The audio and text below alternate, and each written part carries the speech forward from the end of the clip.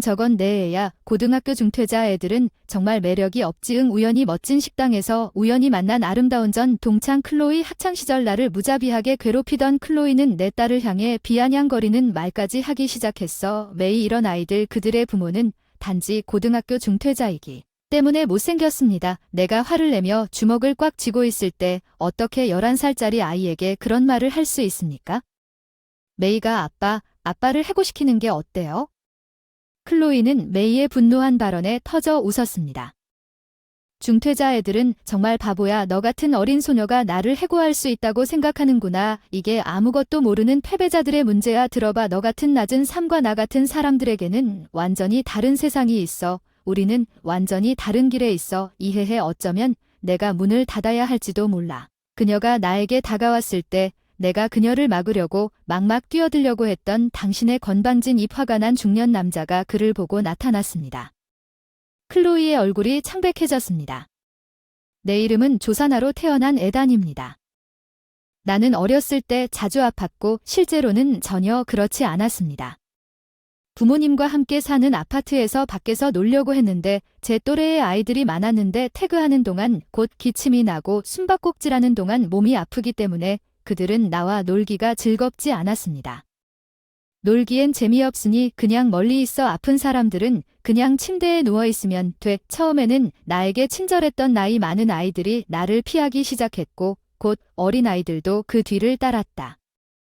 운동장 부모님은 작은 마을 작업장을 운영하시며 대형 금속가공회사 하청업체로 일하느라 바빠 아침 저녁으로 집에 거의 들어오지 않으셨습니다. 나는 집에서 혼자 책을 읽으며 창밖의 유쾌한 웃음소리를 들으며 하루를 보냈습니다. 외로웠고 마음에 구멍이 났다. 미안 에단. 우리 엄마는 퇴근이 늦을 때마다 쉬지 않고 사과하곤 하셨다. 우리는 이름처럼 현명하고 능숙하여 인생에서 성공할 수 있기를 바라면서 이름을 에단이라고 지었다. 과로한 몸을 참느라 울고 있는 어머니의 야윈 등을 자주 쓰다듬었다. 나만큼 지친 어머니의 몸은 학교에 가면 분명 좋은 친구가 될 것이다. 내가 품은 작은 희망을 붙잡고 조금만 더 참으면 좋은 친구가 될 것이다. 초등학교 때 엄마가 나도 친구를 사귈 수 있을 거라고 처음에는 진심으로 믿었는데 마르고 연약해서 또래들 사이에서 엄지손가락이 아플 정도로 단번에 눈에 띄었다. 키가 크고 말랐다. 헐렁한 옷을 입고 친척들에게 물려받은 연필 그리고 노트북은 모두 일치하지 않고 어색한 공장에서 남은 것입니다. 외계인처럼 이상한 아이들이 복도를 걸어가는 것만으로도 영양실조에 걸렸고 더러워졌다는 속삭임이 끝없이 들렸습니다.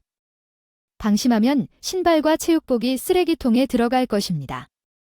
청소하다 먼지가 뒤덮여 세탁소에서 조용히 씻어 비닐봉지에 담아 집으로 가져가기도 하고 창피하고 답답해서 이불 밑에서 조용히 울기도 했습니다. 학교는 정말 즐거웠고 아버지는 조용한 분이셨고 때로는 공장에서 밤을 지새우기도 하셨습니다. 바쁜 시간에는 집에 자주 안 오는데 얼굴을 맞대고 만나면 학교는 잘 다니냐고 물어보시더군요. 아버지도 어렸을 때 천식을 앓으셨거든요. 어머니가 걱정이 많으셔서 늘 그러지 말라고 하셔서 몰랐다고 하더군요. 장난스럽게 눈을 말하다니 다크서클이 드리워지고 피로에 지친 그녀의 모습이 내 마음을 불타오르게 했다. 그들 자신의 피로에도 불구하고 그들은 항상 내 안위를 최우선으로 생각했다. 나는 학교에서 왕따를 당하고 있다는 사실을 그들에게 차마 말할 수가 없었다. 누구의 도움도 받지 않고 외로웠던 초중학교 시절이 끝나고 봄이 왔고 고등학교에 진학하면서 고등학교 때 괴롭힘이 줄어들기를 몰래 바랐지만 같은 학교에 누군가가 퍼뜨린 것 같은 괴롭힘이 심해지면서 그 희망은 헛수고였습니다. 새 학급에서 나에 대한 소문이 어느새 에볼라라는 별명을 가지고 있었어. 아무리 가난하고 옷차림도 나쁘더라도 정말 이 정도 표적이 될 자격이 있었나. 대답은 빨리 왔어. 나를 괴롭힌 주범은 와 있는 여자애였어. 놀랍도록 아름다운 외모. 그녀의 이름은 클로이. 그녀의 아버지 금속 소재 대기업의 CEO는 항상 최신 패션을 입고 아이돌 같은 미소로 모두를 매료시켰지만 본성은 무서웠고 교장 선생님조차 일어설 수 없었다. 그녀에게 그녀의 부모님은 또한 학부모 교사협회의 의장을 맡았습니다. 그녀는 학교 사회계층의 최상위에 있었고 같은 반에 있었고 나의 참혹한 괴롭힘 여정의 시작을 표시했습니다. 안녕하세요. 그녀는 자율학습 시간에 나에게 전화를 걸었습니다. 나는 반사적으로 올려다 보았습니다. 책상에서 클로이가 아름다운 얼굴을 일그러뜨리고 코를 과장되게 꼬집고 있는 모습을 보니 이 교실에서 뭔가 불결한 냄새가 나는군요. 특히 저기는 에볼라입니다. 물론 그녀의 날카로운 목소리가 울려 퍼지고 그녀의 수행원이 교실에서 종소리를 울리고 윙윙거리는 소리가 잦아들었습니다. 다들 조용히 나한테 시선 집중 안 했어. 너 때문에 교실에 세균 냄새 난다고 하는 거 안 들었어. 귀찮으니까 숨 좀 멈춰줄래? 아 미안. 계단 밑에서 웅얼거리며 비웃으면서 버티는 나한테 교실은 가스실 같았어. 가혹한 말과 만족할 때까지 사과하는 허위 비난이 나의 일상이 되었다. 그들의 계단이 두려워 고개를 숙이고 등을 구부린 채 걸었지만 부모님이 밤낮으로 쉬지 않고 일하셨기 때문에 계속 학교에 다녔다. 제품이나 갑작스러운 마감일 변경으로 인해 낮잠을 자도 깨어나 불만을 처리하는 것 존경하는 부모님이 무리한 요구에 고개 숙이는 것을 보는 것은 참을 수 없는 일이었습니다. 그 아들이 자존심을 잃으면 그렇게 되고 싶지 않았습니다. 사랑하는 가족이 두려웠습니다. 물질적으로도 미소도 없어지면 정말 물질적으로도 정신적으로도 아무것도 남지 않을 거라 생각했는데 무정한 말을 해서 사과할 때마다 마음이 점점 얇아지고 불면증과 배가 아프기 시작했어요. 매일 아침 등교하기 전에 자율신경계가 이상해져 중병에 걸려 장기간 병원에 입원하게 되었습니다. 괴롭힘을 피하기 위해 건강을 핑계로 삼은 것에 대해 죄책감을 느꼈지만 다른 선택의 여지가 없었습니다. 학교를 그만두고 포기했습니다. 대학 대신 부모님 사업을 돕기 시작하자 공장에서는 인력이 절실히 필요했다. 사무부터 인력이 필요했다. 어느새 다른 노동자들처럼 무거운 짐을 지고 밤늦게까지 회사 안을 뛰어다녔다. 나는 열심히 일하고 싶었다. 그렇게 생각하면서도 가족의 부담은 무식하고 천진난만한 현실이 나를 힘들게 했다. 옛날부터 알고 지내던 직원들은 가족처럼 따뜻했지만 무너지기 직전까지 일해도 월급은 미미했다. 의료비도 병원에 가지도 못하고 미래에 대한 생각이 말로 표현할 수 없을 정도로 불안했다. 교육도 돈도 없었고 결국 새로운 일을 시작할 수 없었다. 내가 지금 공부해서 무엇을 이룰 수 있을까 하는 마음이 약해졌을 때 아이들의 경멸하는 표정 아파트 단지에서 클로이와 반 친구들이 눈앞에서 번쩍이고 불안한 듯이 사슬을 질질 끌며 정신없이 바쁘게 지냈는데 다음 상품의 마감일을 확인하던 중 갑자기 찢어지는 듯한 통증이 가슴에 와 닿았다. 가슴에 온몸이 힘을 잃고 바닥에 쓰러진다. 가슴이 너무 아파 숨도 쉴 수 없어 숨이 차올라 물 밖으로 나온 물고기처럼 엄마가 나를 안고 소리를 질렀어. 누굴 불러주세요. 구급차 신속히 진단은 수면 부족으로 인한 과로와 밤늦게까지 고된 노동으로 인한 기흉이었습니다. 응급수술을 받고 입원했습니다. 의사가 일주일간 입원하라는 지시를 받았습니다. 몸 관리를 잘해야 합니다. 가족들 오랜만에 만난 의사의 목소리에는 화난 목소리가 들려왔다. 그의 뒤로 물러난 머리선에는 지난번 입원 이후 시간이 흘렀음을 알리는 흰머리 몇 가닥이 보였다. 그의 엄중한 지도는 어느 때보다 무서웠지만 이제야 느낄 수 있었다. 아침 검진 후 그 뒤에 있는 친절한 병원 마당 화단 옆에 있는 작은 벤치였고 스파는 제가 어렸을 때부터 여기 단골 환자였을 때부터 정오가 지났음에도 불구하고 안뜰이 거의 비어 있었습니다. 벤치에 책 한 권만 남겨두고 이름을 확인하려고 책을 펼쳤을 때 누군가 잊어버렸나 보다 익숙한 제목이 눈길을 끌었습니다. 빌리기 전에 읽었던 동화책이었습니다. 읽고 싶다면 어린이용입니다. 그런데 내 뒤에서 돌아서는 또렷한 목소리가 들려오는 게 꽤 흥미롭다. 의료용 모자와 병원 가운을 입은 젊은 여성이 보였다. 그것이 내가 미래의 아내를 만난 방법이다. 나보다 2살 위인 소피아는 어릴 때부터 늘 허약했고 책 속에서 친구를 찾았다. 그녀는 우리가 만날 때마다 항상 다른 책을 들고 있는 모습을 보였습니다. 그녀는 자신이 읽은 거의 모든 것을 기억하고 있기 때문에 책을 사는 것보다 책을 빌리는 것을 더 선호한다고 말했습니다. 그녀의 가장 큰 문제는 병원 도서관에 소피아가 표정을 바꾸는 데 필요한 새 책이 부족하다는 것이었습니다. 병원 가운을 제외하고는 전혀 약해 보이지 않았습니다. 그녀는 지식이 풍부하고 재치 있고 결코 자랑하지 않았습니다. 간호사에 따르면 그녀의 쾌활한 성격은 그녀를 장기 환자들에게 빛의 등대처럼 만들었습니다. 그리고 늙었으니 지금은 부모님 공장에서 일하고 계시군요. 이선 그래 난 일만 하고 공장에서 공부도 안 했으니 학교도 못 가니까 내가 항상 시간을 갖고 있었으면 좋겠다는 뜻이야. 아니 안 그랬어. 내가 말을 더듬자 그녀가 상큼한 미소를 지었다는 뜻이야. 식은땀을 흘리는데 꽤 지각력이 있고 여기 오래 있으면 좀 알 것 같아요. 다들 뭔가 어려움을 겪고 있어요. 마당에 불어오는 시원한 바람에 그녀는 화단에 흔들리는 꽃들을 진지하게 바라보았어요. 당신도 알다시피 사는 게 내 직업이에요. 살아요. 내 직업은 그래 가능한 한 오래 숨을 쉬는 것. 매일 쾌활하게 행동하고 내 가족을 걱정하지 않는 것. 소피아 너도 타고난 뭔가가 있어 너를 느끼게 하는 일이 바로 내가 여기 있는 이유야. 정말 그래 모든 새들이 하늘을 날 수 있고 물고기도 헤엄칠 수 있는 바다가 있고 진실로 당신에게는 당신만을 위한 자신만의 길이 있습니다. 지금은 그렇지 않을 것 같지만 퇴원하는 날에는 거기에 있을 거예요. 내가 먼저 떠날 사람이 될 거라고는 상상도 못했어요. 택시에 가방을 싣는 소피아의 표정은 밝았다. 연한 파란색 병원 가운보다 산뜻한 파란색 드레스가 훨씬 더 잘생겼다. 나는 다른 만성질환도 있어서 잠시 대화를 나눈 뒤 대학에 다시 간다고 말했다. 공부를 따라잡는데 시간이 좀 걸릴지 모르지만 잘 살펴보기로 했어요. 당신은 무엇을 하고 싶은지 찾았나요? 그녀의 가장 진지한 눈은 내 진심을 솔직하게 말하라고 나에게 압력을 가했습니다. 나는 아직 생각해 본 적이 없는지 잘 모르겠습니다.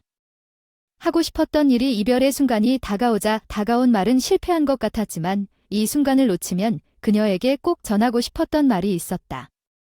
죽는 날까지 후회할 평생 처음 있는 일이었다. 그런 느낌이었어. 소피아 나에게 길이 있고 그것이 정말로 어디로든 자유의 장소로 이어진다면 나는 내 옆에서 걷고 싶어. 드디어 말을 마치고 그녀를 올려다보니 소피아의 눈이 커졌다.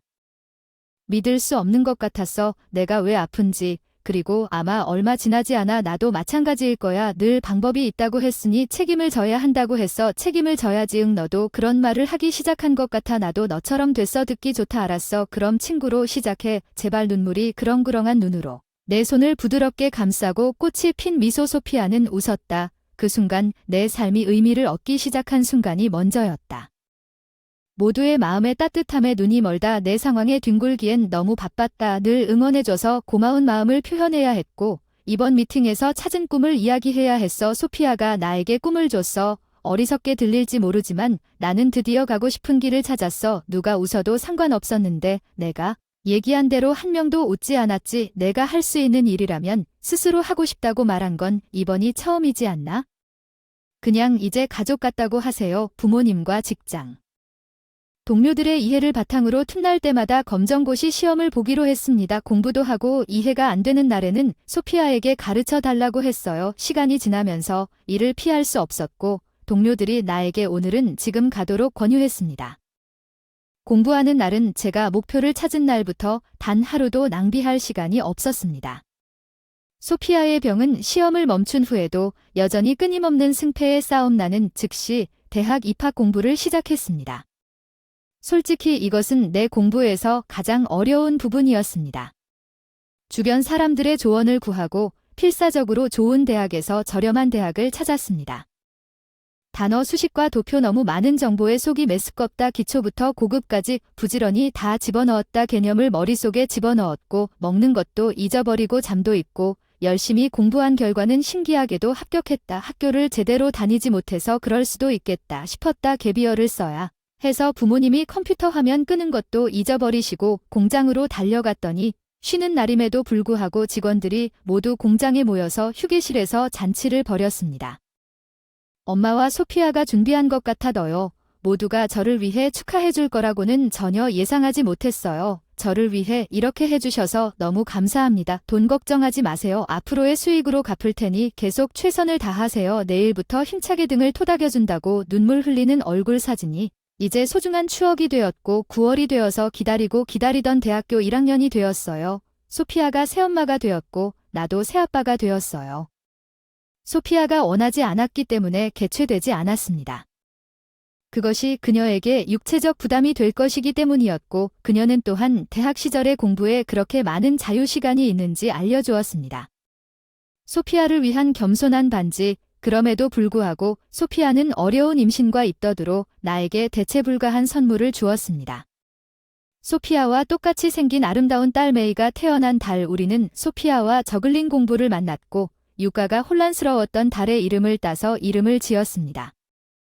집에 있는 가족들의 도움으로 5월은 교과서를 읽다가 잠을 썩이기도 하고 옆에서 잠들기도 했고 졸업하고 꿈의 직장을 시작해도 왜 우는지도 모르고 같이 울었던 적이 수없이 많았습니다. 나머지 공부한 내용은 대부분 업무에 거의 적용되지 않았습니다. 이론적으로 아무리 공부해도 실무적인 측면의 스펙은 전혀 달랐습니다. 밤늦게 집에 돌아오면 처음부터 다시 시작한다는 것을 매일 상기시켜 주었습니다. 아내와 손을 잡고 자고 있는 순진한 얼굴을 손에 쥐고 있는 딸은 하루의 속마음을 금세 씻어내리라. 그들의 손에 손을 얹으면 하루의 속마음이 씻겨지리라. 우리의 행복을 소중히 여겼으나 이 행복한 날은 오래가지 못하더니 어느 날 오랜만에 일찍 집에 들어와 지쳐 잠든 딸을 안고 같이 앉아 차를 마시며 잠자리에 들었는데 소피아가 내일 모레 또 병원에 입원해야 한다고 하더군요. 엄마가 고향에서 도와주러 오실 테니 미안하지만 다른 건 다 잘하세요. 잠깐만요. 또 말이에요. 내 종양이 자랐어요. 두통이 심해서 검진을 갔는데 당장 입원해야 한다고 하는데 심각하다. 왜 내일 아침에 먼저 휴직하겠다고 말을 안 해준 걸까요?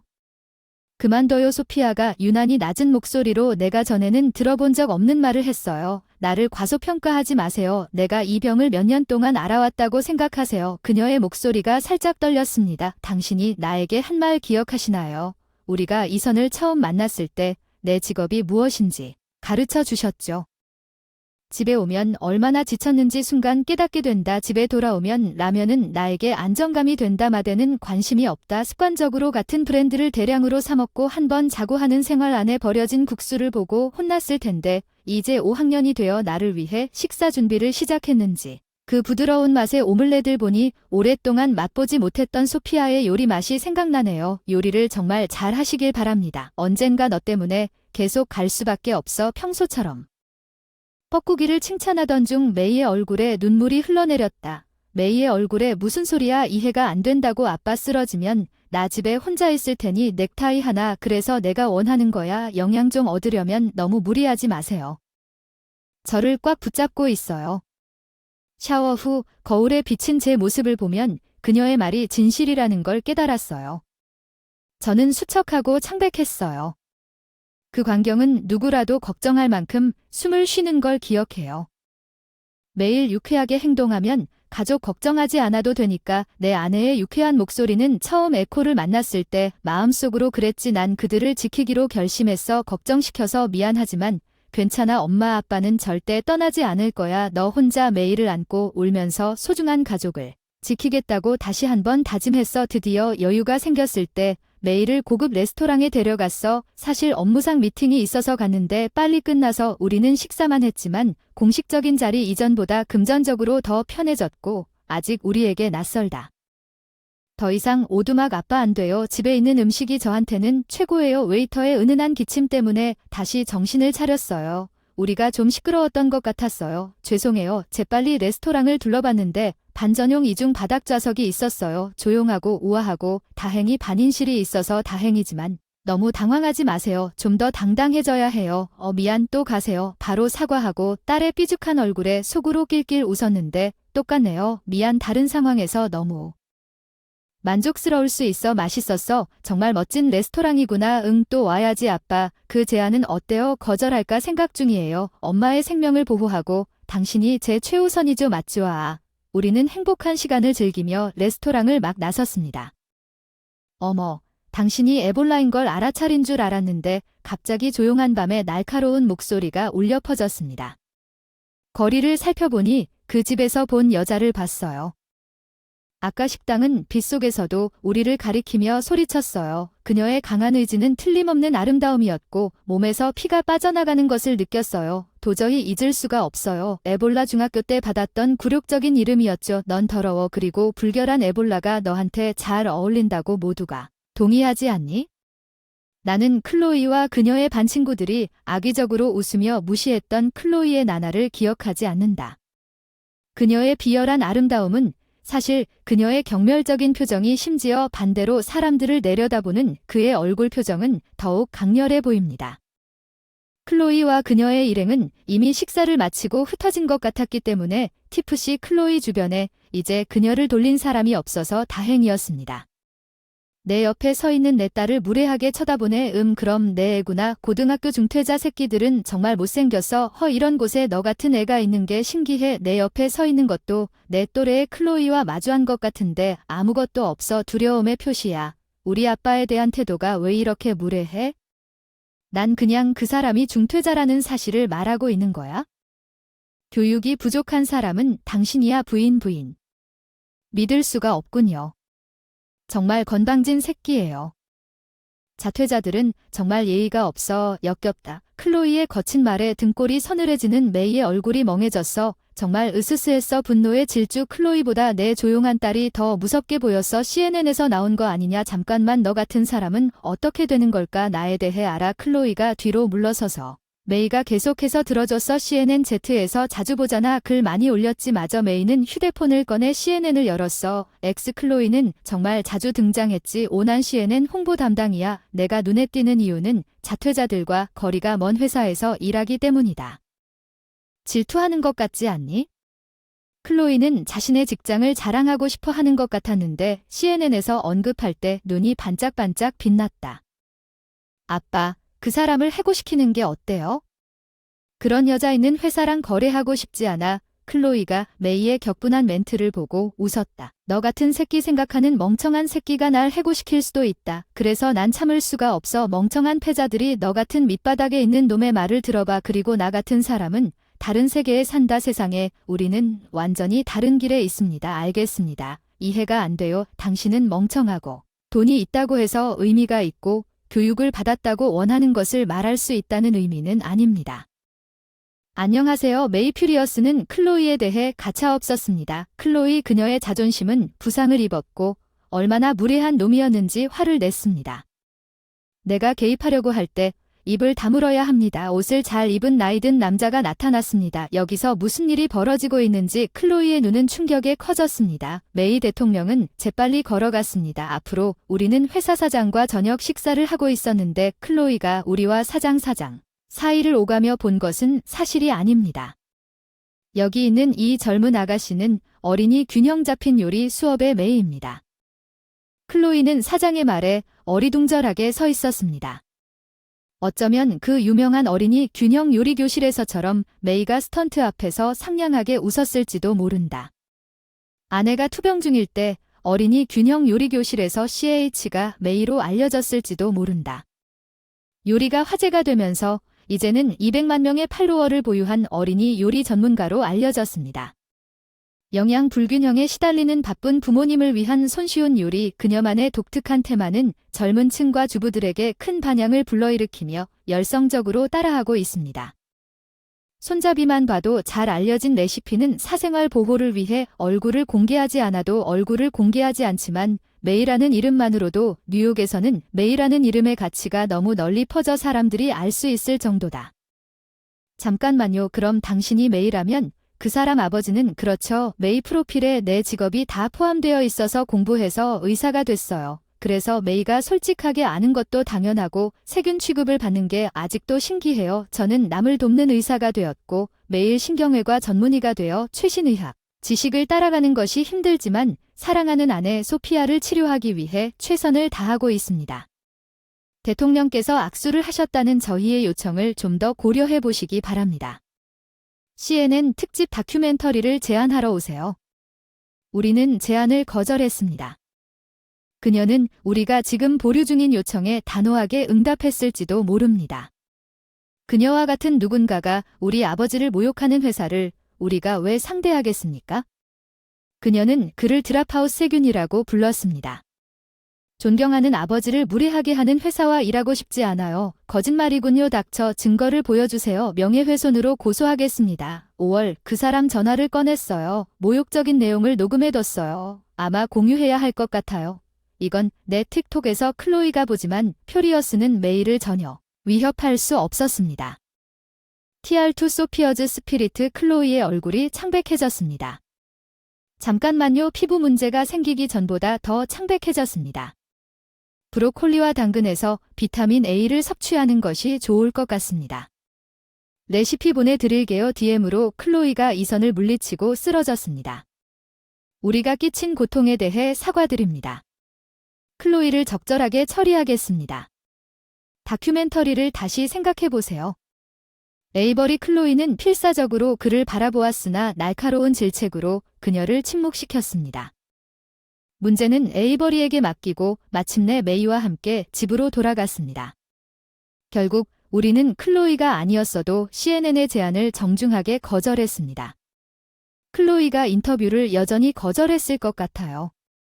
소피아는 여전히 투병 중이고 가장 중요한 것은 나는 소피어 메이이고 내 주변의 가족은 우리 가족의 여정이 멋진 다른 사람을 지원할 수 있다면 고맙게도 소피어의 상태가 개선되고 있기 때문에 클로이가 TV 방송국에서 발생한 사건으로 곧 다시 새 가족으로 함께 살 수 있을 것입니다.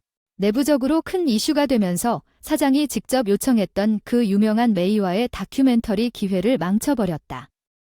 클로이는 자회사로 강등되었고 소문이 퍼지면서 결국 떠났다. 나의 오랜 왕따 역사를 돌아보며 사랑하는 가족을 만나는 것 중요한 것은 바로 앞에 있는 사람들을 소중히 여기는 것입니다.